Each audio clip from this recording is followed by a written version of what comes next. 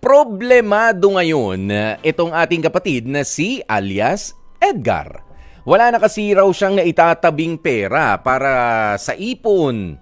Hanggang ngayon kasi hindi pa rin daw alam ni Edgar kung papaano nga ba sasabihin sa kanyang girlfriend na si Paula. Na kahit paminsan-minsan man lang ay mag-KKB muna sila o kanya-kanyang bayad sa tuwing lumalabas para mag-date. Ang depensa kasi ni Edgar, kinukulang daw kasi ito sa pang-araw-araw na gastos sa tuwing nagagalaw nga sa pang-date ang kanyang kinikita sa trabaho. Kaya naman Edgar, halika na, mag-usap na tayo. Magandang tanghali sa iyo, Edgar! Magandang tanghali po kayo, Poy. Edgar, ano bang pinagkakaabalahan mo sa buhay? Trabaho lang po, tas puro gala. Ayun nga, anong trabaho mo? Ano lang, sa empleyado po ng Kaiser. Aha, pribadong kumpanya. Apa, Kumusta ba ang kinikita mo buwanan? Above minimum ka naman, above minimum wage. yes po. Ba't sabi mo kanina kung anong pinagkakaabalahan mo yung magtatrabaho lang tapos gala? O alam mo na pala, pagka gumagala, alam mo na pagka lumalabas tayo sa bahay natin, may gastos na agad yan. Ba't naman gala Yes, po. ka pa ng gala? Dahil po sa,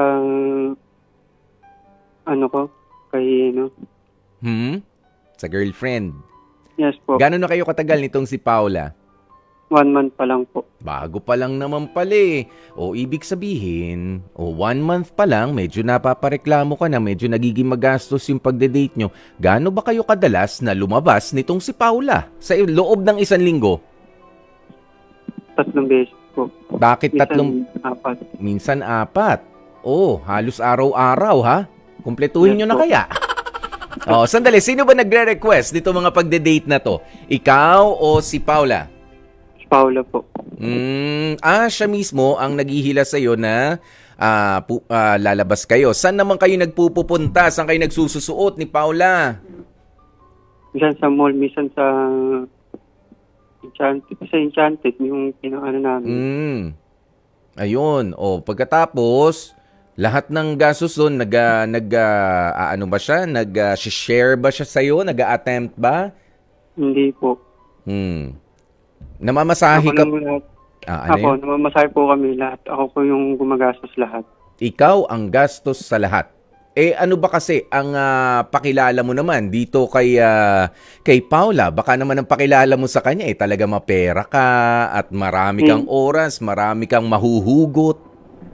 Hindi po ganun hindi ko po ganun. Sabi ko simple lang po. Simple lang ako. Simple lamang ang pamumuhay. Ikaw ba, bukod kay Paula, bukod sa sarili mo, meron ka pa bang pinagkakagastos ang iba? Nangungupahan ka ba?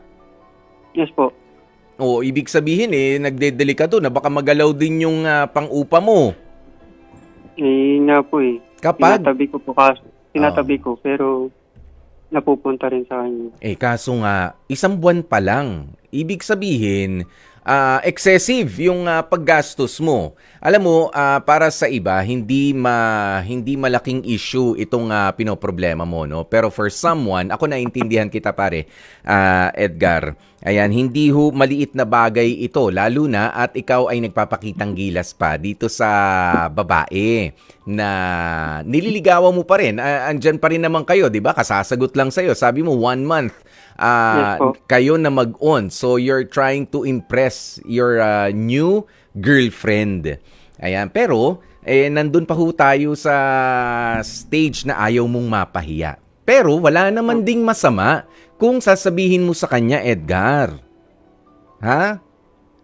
Na, sabihin mo, baka naman pwede, wag na muna tayong maglalayo. Wag na muna tayo. Medyo kinakapos ako sa budget Hindi mo ba masabi yun sa kanya? Naiiya po rin po ako.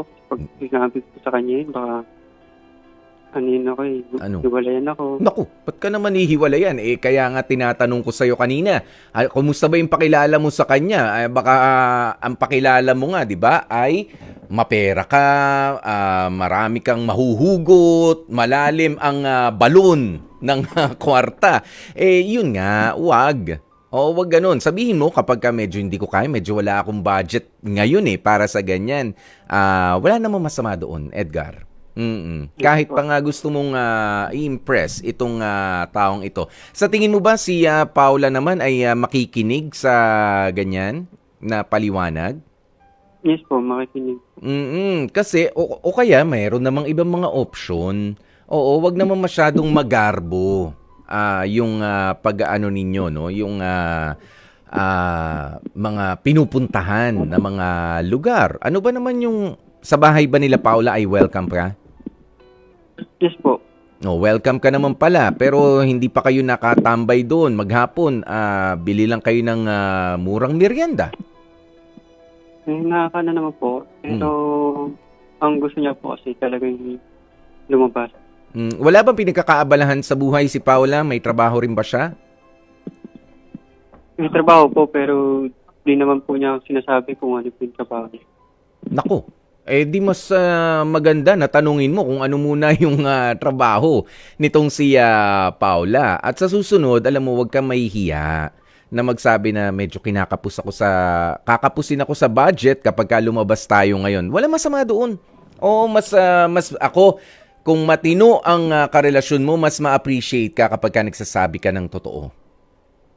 Pero kapag ka, doon mo pa nga siya mas makikilala kung ano ba ang habol niya lang sa'yo, yung bang paglabas-labas niyo, yung pagde-date niyo, yung panlilibre mo, ganyan. Pero kapag ka hiniwalayan ka dahil lang sa sinabi mo na baka pwede naman KKB tayo. Oo, 50-50 tayo sa bayad muna kahit sa pamasahe lang o sa entrance, sa kung anumang amusement park na gusto mo.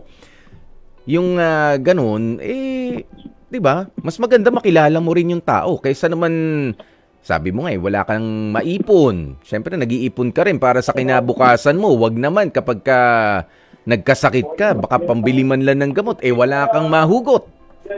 Hindi naman maganda 'yon. Tama? Tama po. Ayan. Kaya mas maganda na tsaka isang buwan na kayo, alam niya ang lahat na meron kang trabaho, alam niya ang lahat ng ins and outs ng kwarta mo, pero siya hindi mo alam kung anong trabaho, ano yun? Oo, wag naman. Oo, dapat alam mo rin. Okay? Yes po. Okay. Oo, ikaw ba, kung mabibigyan ka ng pagkakataon, practice tayo, ha? Practice tayo. Papaano mo sasabihin dito kay Paula? Yan na lang may tutulong ko sa'yo. Kunyari ako si Paula, ha? Ha? Game ka? O, kunyari ako si Paula. Tapos, sasagutin mo ko na hindi pwede. Okay? Edgar! Edgar, labas naman tayo. Pwede naman sa susunod na lang.